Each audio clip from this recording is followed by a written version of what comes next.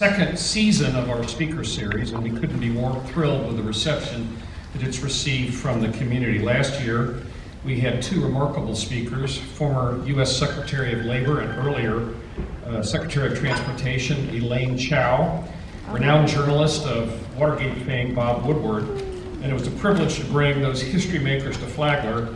And I'm happy to say that with our third event tonight, featuring yet another sold-out crowd, it continues this exciting tradition. As good as those speakers were, I can say there was nobody under 18 years old in the audience. And if they weren't there willingly. So tonight, I'm honored to introduce an internationally acclaimed author whose books have captivated millions around the world. Before there was J.K. Rowling, Stephanie Meyer, Suzanne Collins, there was R.L. Stine, the Goosebumps series author who defined horror for a generation of young readers. For over 30 years, his Goosebumps... And a teacher came up to the table and she said, "Can I have my picture taken with you? The kids all think you're dead." So that's why I'm especially glad to be here tonight. Actually, I don't know, I'm having a bad night. I was coming into the theater just a little while ago and a woman stopped me outside on the sidewalk and she said, "Did anyone ever tell you you look a lot like R.L. Stine?" No offense. No offense. Anyway, whenever I talk to people, I like to start out by reading a poem by another author. This is a poem by Shel Silverstein, and it's called Haunted. And the reason I like to read it is that it's scary and funny at the same time, which is what I like to do with my books. Haunted. I dare you all to go into the haunted house on Howlin' Hill, where squiggly things with yellow eyes peek past the wormy windowsill. We'll creep into the moonlit yard, where weeds reach out like fingers, and through the rotted old front door a-squeaking on its hinges, down the dark and whispering hall, past the musty study, up the winding staircase, don't step on the step that's bloody, through the secret panel to the bedroom, where we'll slide into the ragged, cobweb, dusty bed 10 people must have died in. And the bats will screech, and the spirits will scream, and the thunder will crash like a horrible dream, and we'll sing with the zombies, and dance with the dead, and howl at the ghost with the axe in his head. And come to think of it, what do you say we go get some ice cream instead?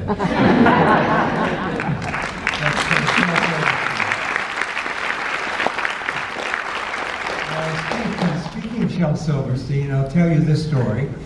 A while back, I was very lucky to win the Nickelodeon Kids' Choice Award for Author of the Year. And I was very excited about winning because 52 million kids had voted. And I called my nephew Sam, I think he was 9 at the time. Sam was a Nickelodeon freak. He loved Nickelodeon. And I called him, I said, "Sam, how would you like to go to LA with me and go to the Nickelodeon Awards?" And he said, "Oh no, if I knew you were going, I would have voted for you." He voted for Shel Silverstein. I took him to LA, but I left him there. But see, that's the job of your family. If you're an author, your family's job is to not a monster. Believe me, I know Joe better than anybody. Joe is a sweet guy. He's a pussycat. He wouldn't hurt a flea. How did the nasty rumors get started? I really don't know. Someone at Joe's school must have started them. Someone at Joe's school whispered to someone else that Joe was a monster, and the rumors spread. Now the whole school is against Joe. Kids are frightened by him. Kids laugh and point at him behind his back. The braver kids shout, "Hey, monster," when Joe walks past. Then they laugh and hoot when they see Joe turn red. Someone wrote "monster" on Joe's locker. Because of the ugly rumors, no one will hang out with Joe. Joe eats by himself in a corner of the lunchroom. No one will choose him for after-school soccer games. He has to stand and watch the games alone on the side of the field. No one will dance with him at the school dances. No one even talks to him in the halls or in class. Yesterday, a big kid from the upper school punched Joe really hard in the chest and said, "Go away from here, monster." Joe cried all the way home. Let me tell you something about Joe. He is very hurt by these rumors. Joe has feelings, just like everyone else. Joe wants to have friends. He really wants people to like him. Joe is a nice guy. He's kind and generous. He has a great sense of humor. He can be a good friend. Joe didn't ask me to speak for him, but I'm speaking out anyway. I want to set things straight once and for all. Joe is not a monster. Not a monster. Not a monster. How do I know so much about Joe? Well, that question is easy to answer. No one is as close to Joe as I am. No one knows Joe better than I do because I am Joe's second head.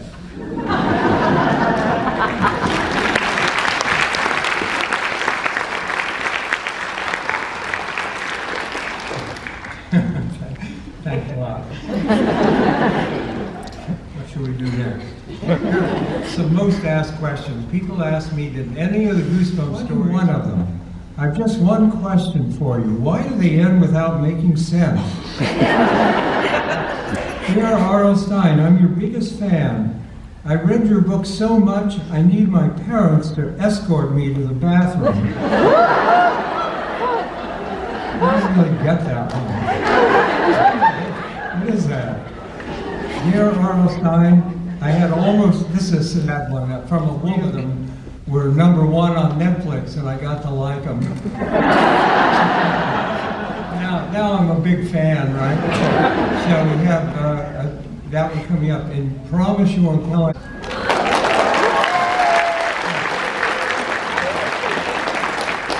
And believe it or not, 32 years of Goosebumps. I just signed on to write 6 more Goosebumps books.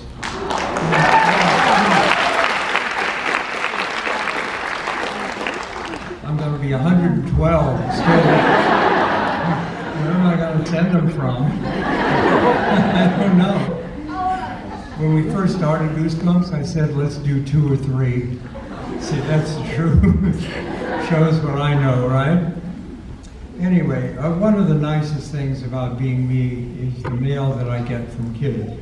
It's really the real fun part. And I thought maybe you'd like to hear some real letters from kids. I'm not making any of this up. These are all real letters. Dear R.L. Stine, I really enjoy your books, but I'm having trouble keeping up with them. Do you think you could stop writing for a while? Talk about encouragement, right? Dear R.L. Stine, I love your books. You're like the scariest man on earth. I want to know everything about you. Do you have hair? Love, Grace. Dear R.L. Stine, have you written anything I've read? Question, right? Dear R.L. Stine, I know your friends and family are proud of you no matter what anyone says. These are all real. This is real letters. Dear R.L. Stine, I don't know if you remember me or not, but when you came to my school, I'm the one who stepped on your foot. I do remember that, kid. And here's the letter I got 2 weeks ago from a girl, right? Dear R.L. Stine, you are my second favorite author. That was the whole letter. Thank you so much for doing this. It means a lot to our city and also to Flagwood College to have you here. Well, thank you. I enjoy all the attention.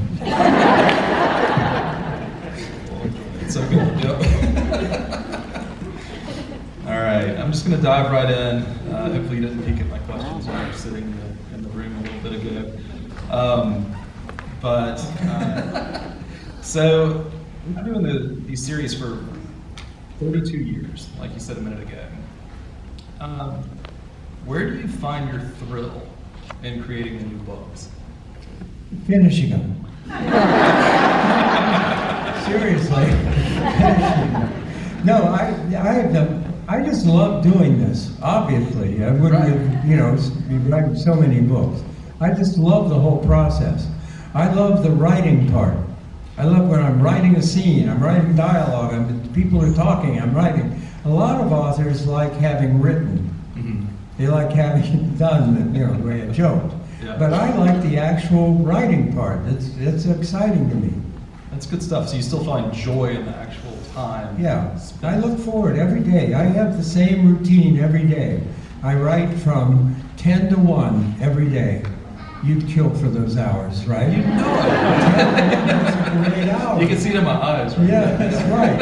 And I just, I look forward to it. It's the best part of my day. Yeah, good stuff. You were in your 40s, your early 40s. I was already old when we started Goosebumps. It's true. Your Teen Horror book, Blind Date, came out when you were in your early 40s. It was your first spooky book. Yeah, 1986, I think. Yeah. What drew you into the space of writing horror? At that point, you've been writing comedy for years. Listen, because everything that's happened to me was an accident. And almost in every case, I didn't do it. Right? I was funny. I was always funny. I didn't care about writing horror. I never planned to be scary. I wrote a million joke books for kids. And here's one of my jokes. Oh, I was gonna okay? What do you get when you cross a dog with a frog? I feel like You get it. No, it's all right. You get a dog that can lick himself from across the room. It's a kid's joke. Come on. But I wrote joke books. I wrote all kinds of things. I did a humor magazine for 10 years. I never planned to be scary. It was an accident. I'm embarrassed to talk about it because it wasn't my idea to be scary. I was having lunch. My friend Gene Firewell was a publisher at Scholastic. And we were having lunch. She showed up at lunch angry. And she had had a fight with a guy who wrote teen horror, who shall remain nameless, Christopher Pike. And she said, I'm never working with him again. Go home and write a book called Blind Date. She gave me the title and everything. I didn't know what she was talking about. What's a teen horror novel? And I went running to the bookstore to buy Lois Duncan and Christopher Pike and Richie Tankersley Cusick and Diane Ho, all these people who were writing teen ho, so I could figure out what it was about. And I wrote Blind Date. It came out, it was a #1 bestseller. Now, wait a minute, what's going on here? And then a year later, I wrote another teen thriller called Twisted, #1 bestseller. And I said, forget the funny stuff. I'm going to be scary. I've been scary ever since. But it's kind of embarrassing since it was her idea. It usually takes the female perspective to have a good idea. All right, so you mentioned Ray Bradbury a few minutes ago. And so he once said that you should make a list of 10 things that you love, and then make a list of 10 things that you hate in a short story or a poem. You've already told me that you don't like the short story form, but I write them.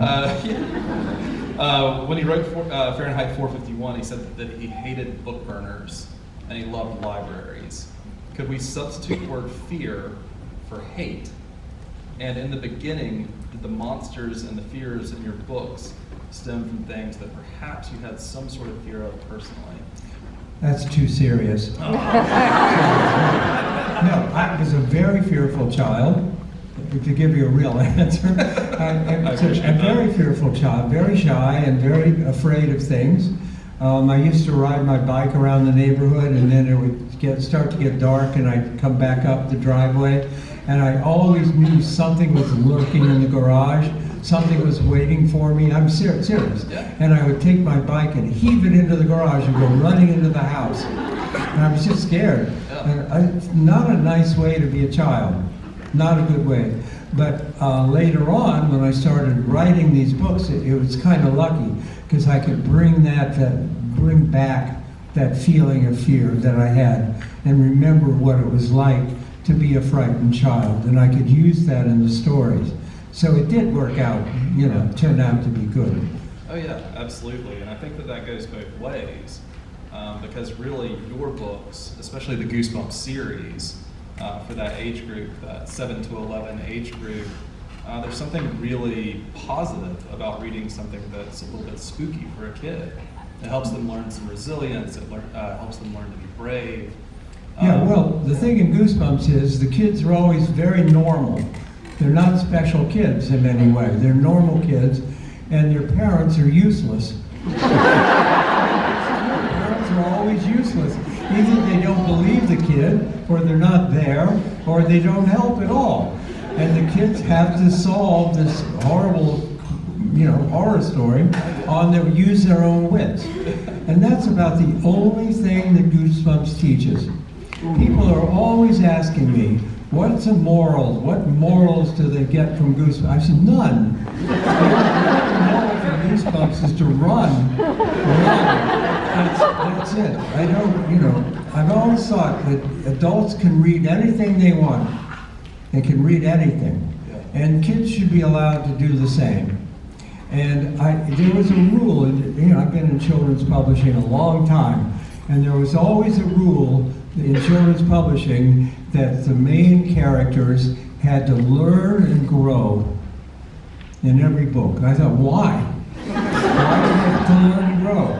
So my characters don't learn and grow. I don't do that, just to get them reading. All right, so I'm going to disagree with you. And I hate to do it, but I'm going ahead. to disagree with you on the aspect of not taking anything away or learning anything, because I'm going to read something really quick, and it has everything to do with Joe that you spoke about earlier.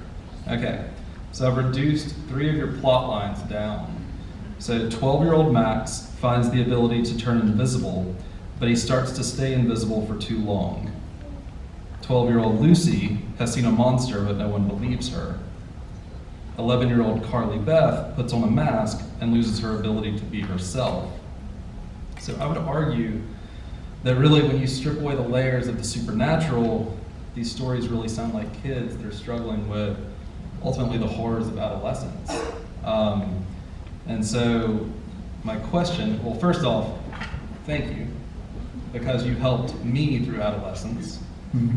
You help my kids through it, or as they're working on that. And I would argue that there are probably a lot of people here tonight that you've also helped with that through your books. So thank you. Good.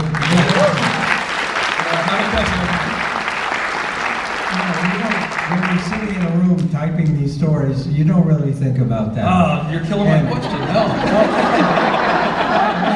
I didn't know if there was a question. No, go ahead, please. I thought you were done. What's the question? No, you're already over it. Now I'm So did curious. you have any idea what you were doing? No. Just trying to finish a book. No, you don't think about that. I'm sitting here, you're just worried about the book. You want the book to be good, you want it to be funny, you want to get on to the next one. So you don't really think about that. A week before last, I spent a week in Lucca, Italy, at a Comic-Con, week-long Comic-Con. And believe me, when you're an author, you don't think about what your books are doing in Italy. And I was, now I'm bragging, but I am. I'm so surprised by how important Goosebumps was to these Italian people. And the people coming up to me in Lucca all week saying, "You were my childhood. Thank you for getting me through a hard childhood." 3 people cried when they met me. I You say, no, a lot of people cry when they meet me, but not for that. And it was so touching to me, and so gratifying that here's Goosebumps, off in Italy in Italian, and that it meant so much to people. You just don't think about that. Goosebumps in Italian is piccoli brividi, little shivers. In France, Goosebumps is chair de poule, chicken skin. That's better than I can do with French. Believe me. Yeah. All right. So obviously you're incredibly prolific. In writing, we often talk about the idea of the well. And whenever we finish a book, there's this idea of having to go back to the well, this creativity well. What would you say that is for you? How is it that you replenish? How is it that you go back and start to rebuild creativity whenever you feel like you're exhausted with it? I don't know. I don't think about that. Well, I have a contract. I have a contract. I have to do another book. And so now I got 6 more to do. I can't think about the well. You're romanticizing this way too much. No, we have to keep going. And now the challenge is